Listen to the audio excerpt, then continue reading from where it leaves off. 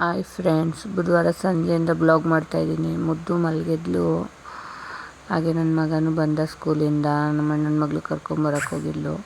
ನೋಡಿ, ಮುದ್ದು ಎದ್ದು ಅಣ್ಣ ಬಂದ ಅಂದ ತಕ್ಷಣ ಯಾವ ಥರ ನೋಡ್ಕೊಂಡು ಆಟ ಆಡ್ಕೊಂಡಿದ್ದಾಳೆ. ಅವರಿಬ್ಬರು ಬಂದರು. ಇಬ್ಬರು ಫ್ರೆಶ್ ಅಪ್ ಆಗಿ ಬರೋಷ್ಟರಲ್ಲಿ ಹಾಲು ಕಾಯಿಸೋಣ ಅಂತ ಹಾಲು ಕಾಯಿಸ್ದೆ.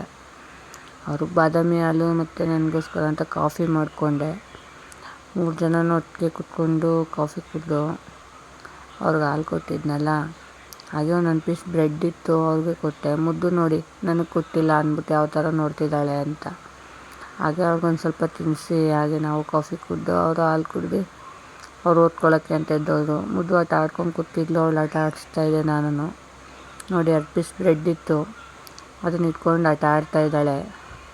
ಆಟ ಆಡಲಿ ಅಂದ್ಬಿಟ್ಟು ಹಾಗೆ ಆಟ ಆಡ್ಸ್ಕೊ ಕೂತಿದೆ.